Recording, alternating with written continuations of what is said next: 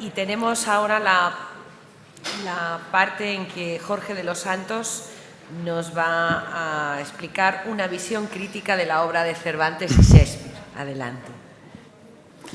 Bueno, buenas tardes a todos. Muchísimas gracias, sobre todo al compañero Joseba, por la invitación y, en fin, a toda la estructura que ha permitido que nos encontremos todos aquí y podamos dialogar y pensar un rato sobre algunas cuestiones. Yo no sé quién ha puesto, Joseba, el título de mi charla. No sé qué loco ha puesto el título de mi charla. Pero, en fin, no es el caso. Yo he estado desde esta mañana asistiendo un poco a lo que se ha dicho aquí, porque normalmente soy mucho más dialoguista que conferenciante. Me gusta mucho más entablar diálogo y entrar en un proceso, digamos, de creación de eso tan poco hoy de moda que se llama la verdad, y que el Nietzsche, al que tú mencionabas hace un momento, decía que la verdad era un tratado de paz. O sea, alcanzar, digamos, ese punto, digamos, de no retorno donde uno puede, pues, bueno, como decía la niña de Shrek, que está de Buenafuente, bueno, vale, de acuerdo, ¿sabes? Pues bueno, vale, de acuerdo, ¿no? Entonces yo lo que voy a pasarme un poco por alto, lo que traía previsto, digamos, el trabajo previo que había realizado para hablar sobre las figuras concretas de Shakespeare y de Cervantes desde una perspectiva, pues digamos, más actual, y voy a intentar responder de alguna manera desde la condición de dispositivo, porque María ha tenido la amabilidad de presentarme de muchas cosas, pero en fin, fundamentalmente soy escultor. Y desde la condición un tanto incómoda hoy en día de eso que Foucault llamaba un dispositivo, es decir, aquellos mecanismos que ejercen un control social en los procesos de subjetivación biopolíticos, ¿no? O sea, uno se siente cuando entra en determinados marcos artísticos como un dispositivo. O sea, a través mío se está consiguiendo algo que yo mismo no quiero que se consiga. O sea, se está consiguiendo potenciar una subjetividad, establecer un control sobre los sujetos y hacer de ellos algo que endivida pues esa construcción, digamos, del individuo, ¿no? Así que con vuestro permiso, tuteo, pero es el tuteo andaluz del vosotros ustedes, ¿eh? O sea, es un tuteo que no es despreciativo, al contrario. Es un tuteo de ustedes conmigo, ¿no? O sea, el vosotros ustedes, ¿no? Pues a partir de ese momento, pues ya me permitiréis que sangre un poco desde esta condición y de esa condición de la creación, esa condición que el mismo Deleuze, por ejemplo, decía, dice, creamos exclusivamente por la vergüenza y la deshonra de ser humanos. Es decir, desde esa doble vertiente, o sea, desde esa vergüenza, digamos, de convertirme o de haberme convertido o de haber sido durante un tiempo de mi vida un dispositivo, digamos, sometido al poder ideológico y de manipulación, y desde la vergüenza genérica, digamos, de la condición de ser humano, de intentar, aunque sea embellecerla de alguna manera, pues voy a improvisar, digamos, con vistas a que se produzca después un diálogo. Yo seguro que me pasaré del tiempo, María, o sea, tú cuando veas me das y yo, pum, paro en seco y ya está, ¿no? Voy a intentar hablar de tres aspectos, o sea, hablar un poco de lo que es el marco, los marcos en los que se puede producir el artear. O sea, esto del arte emerge a través de qué marcos, o sea, en qué condiciones. Porque parece que sean condiciones que siempre vienen dadas, que siempre sean propicias para que emerja y produzca la irrupción, digamos, de esto que llamamos arte. ¿Cuál es el contexto, digamos, ideológico hoy en día? O sea, si el panorama ideológico hoy en día muy marcado por determinados factores perfectamente claros, permite que se siga produciendo ese arte, y cómo ese panorama ideológico ha intervenido, digamos, en todos los procesos creativos, en todos los procesos de aparición del artear, ¿no? Cuando hablo de arte voy a hablar también en términos de Deleuze, digamos, desde lo molecular. O sea, una cosa es el sentimiento, o sea, lo molecular, es decir, lo que sentimos. Una cosa, por ejemplo, es el sentimiento religioso, y luego cómo esa manifestación rizomática se hace efectiva, digamos, en lo social, que sería, pues, digamos, lo molar, que diría Deleuze, ¿no? Cuando hablo del arte, y contra el arte que voy a intentar despotricar un ratito, es contra eso molar, digamos, eso institucional en lo que se ha convertido el arte, ¿no? Entonces, ¿en qué marco se puede hacer arte? O sea, y en definitiva intentar contestar a una pregunta. O sea, hoy en día una obra como El Quijote o una obra como Tito Andrónico producirían acontecimientos en nuestro marco ideológico. O sea, hoy podría emerger este tipo de obra, no ya si se publicarían, o sea, si verdaderamente hoy permitirían, o sea, se produciría lo que producen en su tiempo y lo que hace que continuamente los estemos revisitando y dándole la condición de clásico, ¿no? En los marcos estos del arte, lo primero es que hace falta un marco acontecimental, o sea, tienen que poder suceder acontecimientos, es decir, el orden social, el orden estructural, el orden ideológico tiene que permitir que emerja y se produzca un acontecimiento, ¿no? Eso, cuando decimos de un acontecimiento, ¿qué estamos hablando? Recuerdo una viñeta de Charlie Brown, que Linus está hablando con Charlie y Linus le dice: coño, esto de preocuparse siempre tanto por el futuro, yo creo que habría que preocuparse más por el presente, ¿no? Y Charlie le dice: no, dice, no te preocupes, o sea, no le des ni importancia a eso. Dice: yo todavía estoy intentando que mejore el pasado, ¿no? Es decir, un acontecimiento es justo eso. Un acontecimiento, ya Kant lo explicaba así, es una donación de sentido. O sea, podemos utilizar un ejemplo que es discutible, que es, por ejemplo, el proceso de enamoramiento. O sea, uno de repente se enamora, se produce ese pequeño acontecimiento biográfico y todo empieza a cobrar sentido. El pasado cobra un sentido, es decir, ¿ves tú por qué fui yo a la facultad aquel día y cuando se me cayó el vaso? Pues, ¿ves? Todo era para esto. O sea, el pasado cobra un sentido, hay una orientación direccional, un decir, y esa es la línea hacia donde vamos a dirigirnos. Es decir, es, en definitiva, un acontecimiento, contrariamente a lo que hoy produce el arte, que son simples eventos, es decir, cosas que se presentan fruto de una industria cultural concreta que lo único que hace es, digamos, repetir un modelo y poner en valor un modelo, y entonces hace que se produzcan eventos, cositas que nos distraen, cositas que decimos: hoy yo quiero estar aquí, hoy pues fíjate, y vi aquello, y cómo bailaba, y cómo iba vestida, y tal y que cual, ¿no? Pues el marco necesita que se produzca el acontecimiento, y el acontecimiento solo se produce en un sujeto ontológicamente asombrable, o sea, en alguien que se puede asombrar, en alguien que percibe, digamos, de manera ontológica, o sea, en su propia constitución y en su propia subjetividad profunda, eso que Heidegger llamaba la maravilla de las maravillas, o sea, el ser, es decir, ¿por qué estoy aquí? O sea, esa continua capacidad de asombro. Si el individuo, es decir, si el sujeto, el individuo es una creación relativamente cercana, el sujeto es una creación posiblemente de la Ilustración, es el sujeto que está sujeto, eso también es una expresión de Foucault, y el individuo, es decir, el que se cree autónomo, el que se cree autóctono, el que se cree independiente, no vinculado a los demás y que puede conseguir ese sentido desde el propio, desde esto que siempre van en coche, desde la autoayuda, la autosuperación, la autoimposición, la auto no sé qué, no sé cuántos, ¿no? Entonces, en esa condición de que el sujeto puede ser asombrado, o sea, que tiene que tener sentido, tiene que tener una capacidad de sentido. Otra cosa absolutamente ninguneada hoy en día. Hoy se confunde el sentido con la utilidad. O sea, hoy te dan esto y esto es para calmar el agua, para calmar la sed. Esto ya no es agua. Es decir, hoy todo tiende a que se produzca una utilidad, perdiendo o cercenando nuestra necesidad de sentido. O sea, nosotros los humanos tenemos que tener la utilidad de un reloj porque tenemos determinada cita, determinada hora, pero por otro lado tenemos que tener el sentido de lo que es el tiempo. Es decir, ¿pero qué es el tiempo? Claro, todas estas cuestiones que se dedican a dar sentido, como es el arte, como es la filosofía, como es la literatura, en su más amplia expresión, se van cercenando, bien o eliminando directamente, o bien reconduciendo, digamos, a través de esos mecanismos ideológicos que luego pues intentaremos hablar en un momento, ¿no? Es decir, el acontecimiento es aquello que produce un cambio de comprensión. O sea, un cambio, y vuelvo a tomarte a Foucault, un cambio de episteme.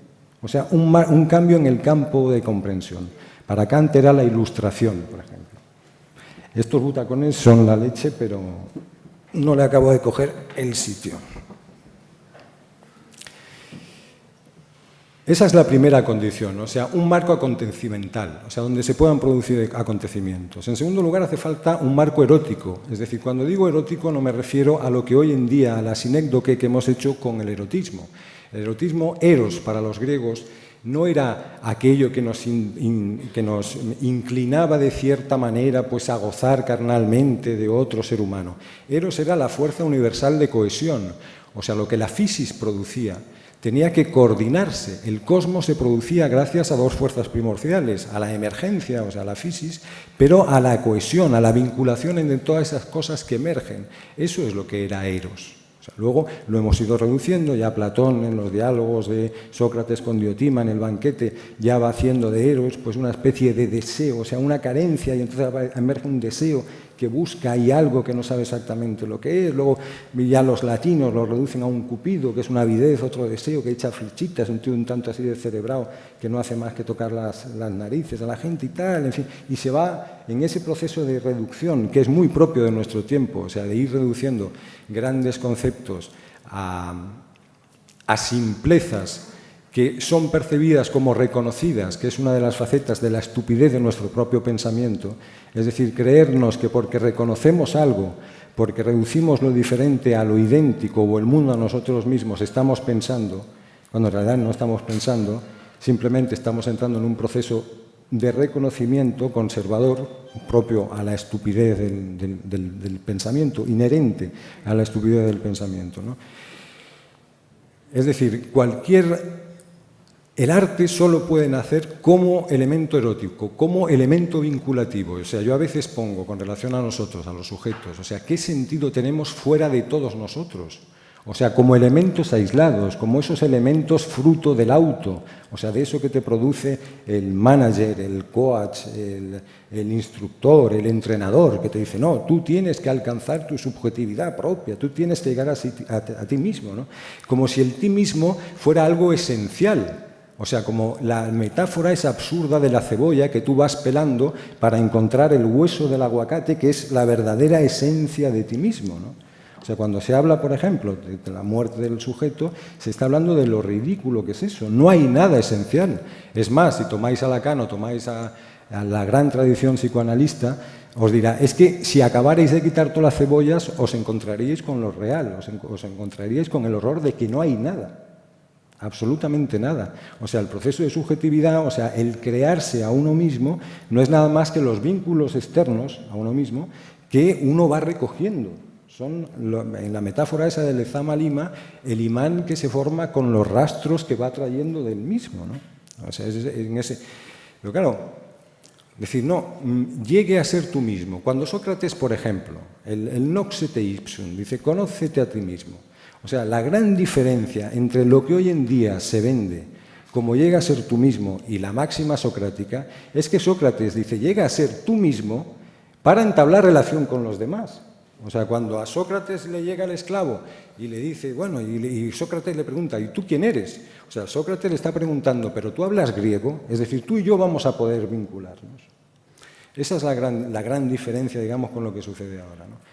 Entonces, en ese marco erótico, de decir, la I es una letra fundamental, es una letra distinta, pero sin vincularse, sin dejarse seducir, sin mostrar sus aperturas eróticamente al resto de letras, la I es un absurdo, es un palito con un punto encima, no tiene ningún sentido. Se da sentido dejándose vincular con la M, con la G, con la O, con la A y formando la palabra amigo, por ejemplo. Eso es un sentido. Y eso es algo que a nosotros nos están cercenando. O sea, la capacidad erótica, la capacidad de vincularnos a los demás, de formar colectivo. No puede haber arte si no hay arte en lo colectivo. Eso es de perogrullo, pero parece que también se olvida. Uno no hace arte y el arte ahí está como si fuera un conejo. O sea, el arte es la vinculación que produce lo que sea con relación a los demás, ¿no? Y un tercer elemento es la resistencia. O sea, que ese acontecimiento que se produce en un sujeto asombrado y que necesita sentido, que produce acontecimiento porque se hace comunal, o sea, se hace cooperativo, todos participamos de ese acontecimiento, Eso además tiene que resistir. Por eso vemos Altamira, por ejemplo, las cuevas de Altamira y nos fascinamos. Es arte puro, en el sentido que es la limpidez del arte. O sea, no puede haber nada más claro que Altamira. Unos tíos que se asombran, no sabemos de qué, si de la caza, de su interacción con el medio, si de lo colectivo, de la fogata, de lo que sea, se asombran, lo plasman, lo hacen colectivo y todavía hoy pues está allí, ¿no? ¿Qué sucede hoy en día? Hoy sucede que estamos bajo un dominio. Hay gente que habla del capitalismo o del neocapitalismo, digamos, actual a partir de los años 80, como de una ideología hegemónica. Ojalá fuera una ideología hegemónica, en el sentido de que si fuera una ideología hegemónica tendría algo exterior a ella misma, a esa misma ideología. O sea, algo desde donde se podría cuestionar. Ese ha sido durante mucho tiempo, y por ejemplo fue al principio de las vanguardias históricas, en los años 20, con Dada y después más o menos matizado con el surrealismo, la función del arte. Intentar colocarse fuera de ese marco ideológico, digamos, que se pretende homogeneizador y que se pretende hegemónico en cualquier caso, ¿no? Pero ese es el gran problema. O sea, el gran problema es que esta forma de estar en la vida no es, por ejemplo, el cristianismo era una ideología hegemónica, pero tenía una exterioridad, que esa exterioridad era o bien otras religiones o bien el hereje. Pero hoy en día, ¿quién no participa? O sea, ¿quién no quiere cambiar el iPhone cuando pueda? O sea, ¿quién no quiere alcanzar, digamos, una posición fuerte en el sentido de poder? ¿Quién no emplea al otro? O sea, hay dos claves y ya las marca Marx en su momento. O sea, es el fetichismo de la mercancía, por ejemplo, es una cosa. O sea, entender que todas las cosas son mercancía. O sea, que nuestra relación con las cosas es una relación, digamos, comercial, es una relación mercantil. O sea, y esto lo aprecias en mucha gente que se vuelca en lo colectivo y se vuelca en lo colectivo como si llegara al servicio estación, ¿no? O sea, decir, bueno, coño, este me va a servir para esto, aquel me va a servir para aquello, yo daré 2 pasitos más para acá. Es decir, cuando Marx habla del fetiche de la mercancía, es decir, la mercancía se ha hecho con la totalidad, o sea, tiene también que ver con el Gestalt de Heidegger, con la técnica, o sea, es decir, las cosas se muestran por la utilidad que le damos y tal y cual, ¿no?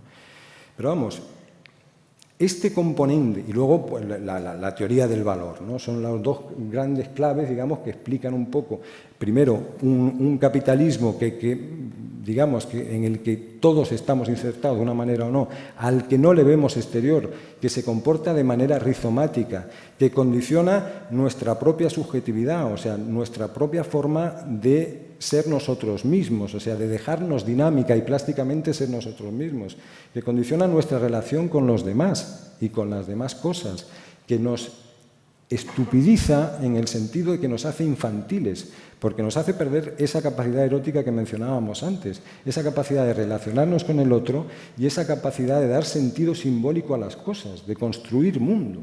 O sea, todo eso, el creer simplemente que lo otro, o sea, lo que está más allá, es una mercancía y que como mercancía tiene que ser abordado, es lo que nos debilita extraordinariamente, ¿no? Además, decimos, no hay exterioridad al capitalismo, si es que lo vemos. O sea, la pobreza, hoy en día en el neoliberalismo, por ejemplo, ya no es la pobreza de antes. O sea, uno va a las zonas más marginadas de pobreza y encuentra televisores de plasma, coches de alta gama. Es decir, la pobreza se ha integrado en la ferocidad, digamos, consumista y de querer crearse sujeto a partir de ella misma a través de adquisición de bienes, o sea, a través de ese fetiche de la mercancía, ¿no?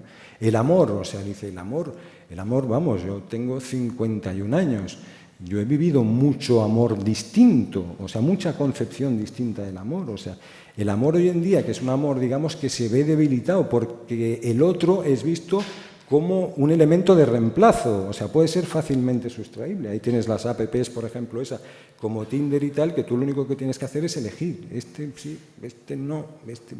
Entonces, claro, cuando el ser humano es una mercancía reemplazable para ti mismo, ¿para qué vas a adquirir esa cosa esencial del amor que es el compromiso. Cuando hablo de compromiso no hablo de boda ni hablo de estas historias. Hablo de comprometerte a crear una lógica 2 con determinada persona, ¿no? Entonces, ¿para qué? O sea, quiere una garantía de compra con el otro.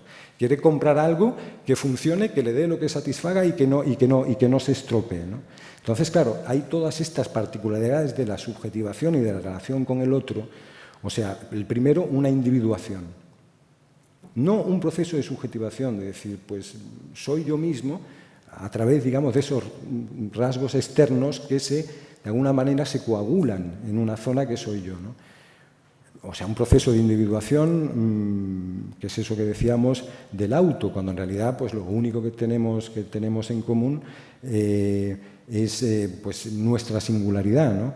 Es una infantilización, o sea, una necesidad inmediata de satisfacción. Es decir, no es que yo quiera algo, es que lo quiero ya. O sea, es lo mismo que decíamos en este proceso amoroso, ¿no? Es decir, no, dámelo ya, papá, dámelo ya. O sea, la felicidad, una de las grandes claves, de los grandes términos ahora de estos comandantes del ejército zombie triunfante. O sea, esto de decir, la felicidad. Digo, oiga, ¿usted cómo la felicidad? Estamos aquí, vamos, en la Facultad de Psicología. Pero ¿alguien quiere ser feliz realmente? O sea, ¿hay alguien que realmente estuviera dispuesto al infinito sacrificio que supone convertir un ser humano en una vaca suiza? Porque una vaca suiza sí posiblemente sea feliz, a costa de renunciar a sus pasiones, a costa de renunciar a todo lo que le hace infeliz, pero le hace ser humano. ¿Sabes? Es decir, que grandes lemas, ¿no? O sea, alcance usted la felicidad, pero si la felicidad es un encuadre. O sea, esto ya lo decía Cioran, claro. Dice, cuando le dices, no, es que esto va muy bien, dice, bueno, tenga usted paciencia, ya se estropeará. Coño, evidentemente. Evidentemente. O sea, pero esto lo veis, o lo ve la gente de nuestra generación, Joseba. Claro, dice, soy feliz en mi matrimonio. Bueno, eres feliz ahora. O sea, espérate, porque la cosa va a ir a peor. Y luego verás, si cuando vaya a peor, si resistes, entonces si verdaderamente puedes hablar de amor o puedes hablar de otros afectos vinculativos o de lo que tú quieras, ¿no? Pues en nombre de la felicidad, pues se busca un individuo productivo, un individuo alelao, un individuo que está distraído, otra característica, o sea, que la actualidad anula el presente. La continua, los bombardeos de Twitter, los bombardeos de Facebook, todo va pasando. O sea, va uno en un tren y va y lo que presuntamente son acontecimientos, es decir, desde los papeles de Panamá a que el rey se esté tirando a no sé quién, a que no sé cuándo, todo eso va pasando. ¿Qué consigue? Consigue que esa actualidad, que esa completa actualidad anule el presente. Es decir, consigue que no se produzca acontecimiento. Anula el acontecimiento que decíamos que era sustancial para que se produjera arte, que el arte cumpliera su función de artear, ¿no? Entonces, claro, esta voluntad de anulación del presente, cuando se le consulta a un asesor de Mao, dice, oiga, ¿usted qué opina de la Ilustración francesa? Y dice, bueno, hombre, yo opino que es demasiado pronto para sacar conclusiones. Pero es que es así, es que Heráclito es mi presente, es que la Ilustración francesa es mi presente, ¿sabes? Entonces, el dar la respuesta, el decir, no, usted tiene que tener la felicidad y además usted tiene que tener una respuesta, yo tengo la respuesta. ¿Para qué va usted a complicarse con cuestiones de darse sentido y tal si la respuesta la tiene usted aquí? O sea, solo me la tiene que comprar. O sea, el anular la pregunta. Si el ser humano es precisamente un animal, esto lo decía perfectamente Nietzsche en la Segunda Intempestiva, si tiene una facultad especial es que es un animal que recuerda la pregunta. O sea, el ser humano preserva ante todo la pregunta. O sea, perder la pregunta es convertirte nuevamente en la vaca suiza. Porque el perro, ya lo dice Nietzsche, cuando tú le preguntas al perro, ¿cómo eres tú? ¿Cómo consigues ser feliz? El perro te quiere responder y te mira y te va a responder, pero, cuenta Nietzsche, cuando te va a responder ha olvidado la pregunta. Pero nosotros no, nosotros seguimos con esa pregunta. Nosotros seguimos recordando la pregunta que se hacía Parménides y las preguntas que se hacía Sófocles y las preguntas siguen siendo nuestro acontecimiento. Ahora no, ahora compre usted la respuesta. ¿Dónde? Coño, en un librito de autoayuda, en la casa del libro, tampoco se complique mucho, vaya al almacén de las respuestas, o sea, tampoco se líe mucho, ¿no? Entonces, en todo este contexto, dice, ¿cómo queda el arte? Pues, coño, el arte primero ha perdido esa exterioridad, o sea, ya no es aquello exterior que podía dinamitar este modelo neoliberal, digamos, que nos tiene ahora a todos subsumidos en la precariedad. Otra de las cosas posibles, que una simple reseña, ¿no? O sea, dice, el capital, los bancos son los que crean empleo. No, estos son los especiales destructores de empleo. Dice, al capital no le interesa crear empleo, al capital le interesa tenernos a todos precarizados y nos interesa que nosotros estemos como anhelantes, o sea, como el perro que está con los ojos abiertos esperando que se le caiga de la vacía pues una migaja de pan a no sé quién, ¿no? Porque el capital produce beneficio con la automatización, ¿no? Con el empleo, ¿no? Entonces el arte pierde esa capacidad, o sea, de colocarse fuera, pero se mantiene con un esnovismo de decir, no es para todos los públicos. Vuelvo a decir, el arte de Arco, el arte de la colección Saatchi, el arte, lo que se llama hoy el arte, no los pobres que seguimos intentando darnos sentido a través de lo que hacemos y no al revés, ¿no? Y no vender algo o conseguir escalar en el escalafón social, ¿no? O sea, el arte mantiene un espectáculo, que diría Debord, o sea, mantiene un falso acontecimiento desde fuera, diciendo, no podéis entender, o sea, llegáis a Arco, pero en fin, dar un paseíto por ahí, hablar con los amigos, pero eso no es para vosotros. O sea, se mantiene en esa falsa posición excéntrica, porque la obra de arte, o sea, lo que busca es crear un evento, o sea, crear eso, o sea, uno de los árboles que pasan en el tren. Algo que momentáneamente te llame la atención y digas, uy, qué bien, uy, qué cosa más interesante, vamos a por otra, ¿no? Entonces, la obra es fabricada a través de mecanismos de la industria cultural. Industria cultural, hoy es un término que todos empleamos, industria cultural. Sí, claro, gestor cultural.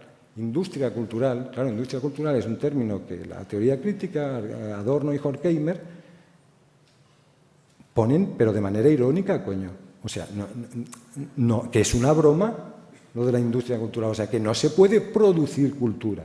O sea, aunque ellos lo acepten y digan, bueno, Adorno y Horkheimer digan, bueno, nosotros estamos aquí, pues coño, hay que ver cómo gestionamos, cómo nos movemos dentro de esto, ¿no? Pero es que es delirante hablar de una industria cultural, ¿no? Entonces, claro, todo esto, este bien especulativo, porque hoy en día la obra de arte, los que alcanzan a cotizar en bolsa, los Hearst, en fin, toda la gente que alcanza a entrar a cotizar, toda esta gente, su obra, digamos, se ha construido como un bien especulativo. De ahí entramos en otro punto que es importante, que son los sistemas de validación. ¿Qué valida hoy en día una obra de arte?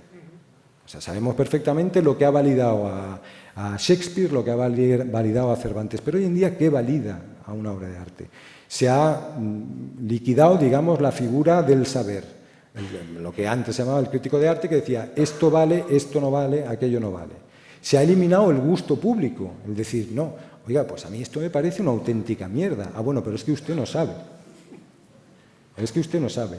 ¿Quién da valor? Es decir, ¿quién podría hacer colectivo? El mismo que compra el arte. O sea, por comprar, no solo pueden comprar, pues yo qué sé, uno de estos perritos inflables.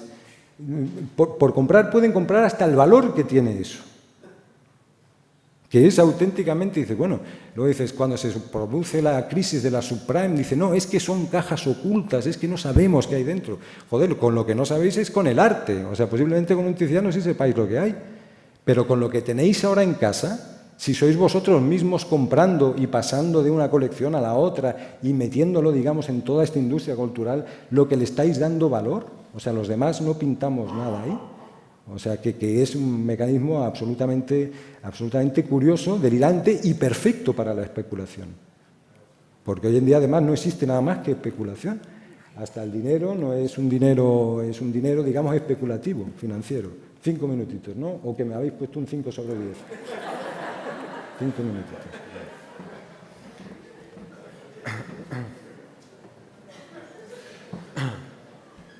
Jo, pues me habéis despistado del todo, pero vamos, no. Minutos, Jorge. 5 minutitos. Con ello un poco que estábamos, o sea, estamos intentando decir que estamos en un tiempo muy peculiar, o sea, que posiblemente nuestra civilización no lo ha vivido nunca, o sea, este tiempo no de ideologías hegemónicas, que siempre ha habido una ideología hegemónica, es más, sin ideología no se construye la realidad, ¿no? O sea, siempre tiene que haber una base ideológica que te permita, pues esto, es decir, el mundo es o el mundo será, pero ahora hay esa particularidad, ¿no? Hay esa particularidad que es que estamos inmersos en un sitio donde no hay salida. Además, es un sitio que empieza como el Ouroboros o como la invaginación a comerse el mismo. O sea, que empieza el mismo y todos los síntomas son evidentes. Antes se hablaba, bueno, es que este sistema digamos, de comprensión y de creación del mundo y de los sujetos y de las relaciones con los sujetos, tiene un tope, que es el tope ecológico, porque no podremos contaminar o mataremos el mundo. No, ahora se come el mismo. O sea, ahora nosotros salvamos a los bancos y los bancos mañana cierran 7.500 oficinas. Quiero decirte, es algo que está absolutamente destruyéndose el mismo y quizá la tarea ahora mismo es saber cómo y desde qué manera el arte, de alguna manera, puede o nos va a permitir acaecer, o sea, que acaezca ese acontecimiento, porque ese es el acontecimiento por venir, no se me ocurre otro. O sea, el fin, digamos, de estos parámetros en el que nosotros mismos nos subjetivizamos de fetiche de la mercancía o de teoría del valor, ¿no? Bueno, yo creo que lo dejo aquí ya, estamos ya en tiempo. Gracias.